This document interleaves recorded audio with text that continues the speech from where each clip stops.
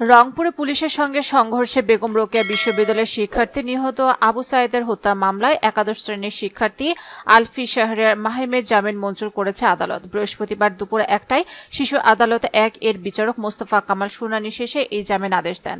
বিষয়টি নিশ্চিত করেছেন মাহিমের আইনজীবী জোবাইদুল ইসলাম। তিনি গণমাধ্যমকে বলেন, মামলাটি মেট্রোপলিটন তাজহাট থানায় ছিল। মাহিম শিশু হওয়ায় মামলা স্থানান্তর হয়েছে। এর আগে 4 আগস্ট শুনানির দিন ছিল, কিন্তু আমরা আজ নতুন করে শুনানির জন্য আবেদন করেছি। আদালত শুনানি গ্রহণ করে জামিন মঞ্জুর করেছেন। আবু সাঈদ হত্যা মামলায় আসামি করা হয় 16 বছরের কিশোরকে। এর আগে বেরুবি শিক্ষার্থী আবু সাঈদ হত্যা মামলায় মাহিমকে কারাগারে পাঠান আদালত। ছোট ভাইয়ের কোনো খোঁজ না মেলায় বুধবার আলিফ শহরের বোন শানজানা আক্তার স্নেহা সামাজিক যোগাযোগ মাধ্যম ফেসবুকে স্ট্যাটাস দিলে বিষয়টি আলোচনায় আসে। এরপরই কিশোর শিক্ষার্থীকে গ্রেফতার ও কারাগারে পাঠানোর ঘটনায় নড়েচড়ে বসে প্রশাসন। এর আগে আলিফকে আটকের বিষয়টি অগোচরে থেকে যায় সংশ্লিষ্ট সবার।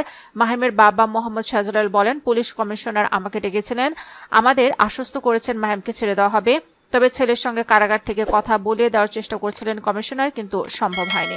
তদন্তকারী কর্মকর্তা তাজহাট থানার উপপুলিশ পরিদর্শক জিল্লুর রহমান বলেন, 17 জুলাই আমাদের তাজহাট থানায় যখন আগুন দেওয়া হয় তখন মাহিম পিকেটিং করছিল। ঘটনাস্থলে আমাদের পুলিশের পাশাপাশি র্যাব বিজিবি টিমও ছিল।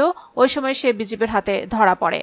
এদিকে জামিনে মুক্ত হয়ে আবু সাঈদ গণমাধ্যমকে জানায়, সেন্স ফিরলে সে দেখে সে থানায়।